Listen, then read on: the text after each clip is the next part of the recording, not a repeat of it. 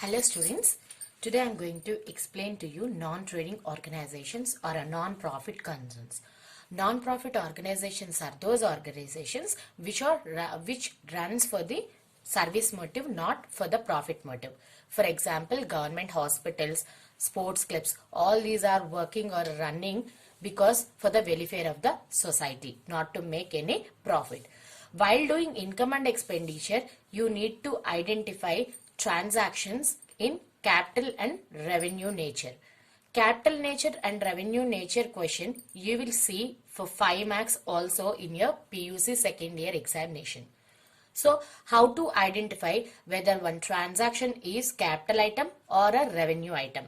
In a simple key, with one key, you can find out whether the transaction is capital nature or a revenue nature. Remember only one point. Capital nature items are those which are non-recurring in nature. First point.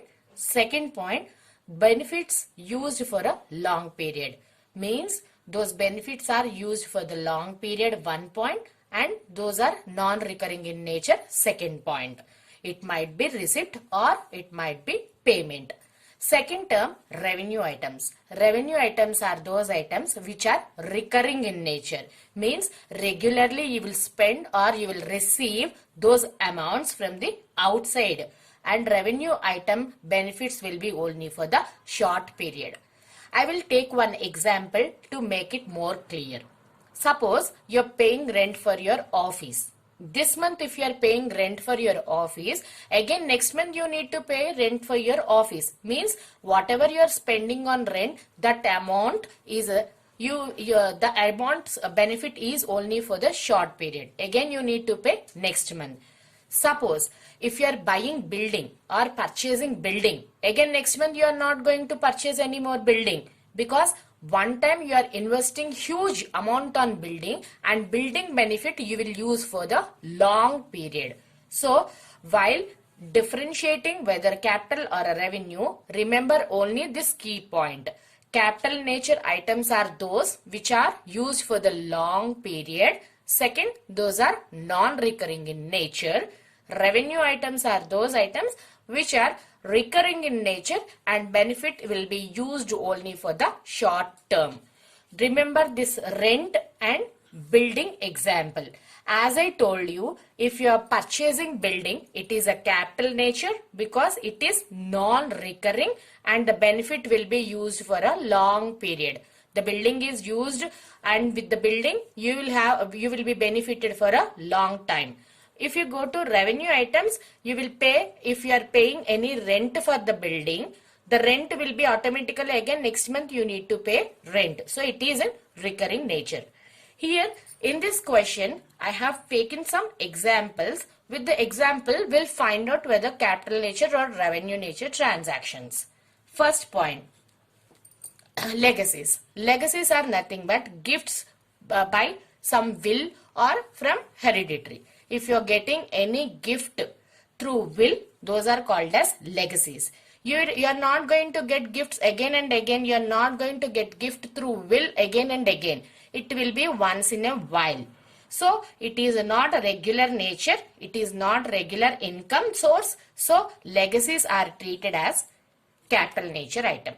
So, it is capital nature item. It will be called as capital receipts because you are receiving those.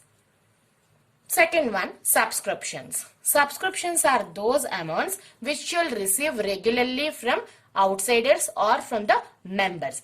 These subscriptions will be small amounts most of the times. And you are receiving these subscriptions regularly, frequently. So subscriptions are regular source of income. So whenever it is a recurring, remember it will be revenue nature. Because it is receipt, it is revenue receipt. Next one, purchase of computer. Computer you are purchasing for your office use. When you are purchasing one asset for the office use, it is non-recurring in nature because the computer whatever you are buying here, computer is used by you for a long time. The computer is not for 1 month or 2 months. When you are purchasing computers, you will use it for more than 1 year. So it will be called as long period. So you will treat it as a capital nature item. When you are purchasing, you are paying cash or cash is going out. So it will be called as payment. So it will be capital payment. Next one, salary paid. Think about salary. This month you are paying salary to your employee. It doesn't mean that it is forever. Next month you need to pay salary again. Next month again you need to, every month you need to pay salary again. So salary is recurring in nature. Recurring means revenue. Paying means payment. So it will be revenue payment. So it is revenue transaction. Dividend received. Whenever you are investing your amount in any company, you are regularly receiving dividend on that.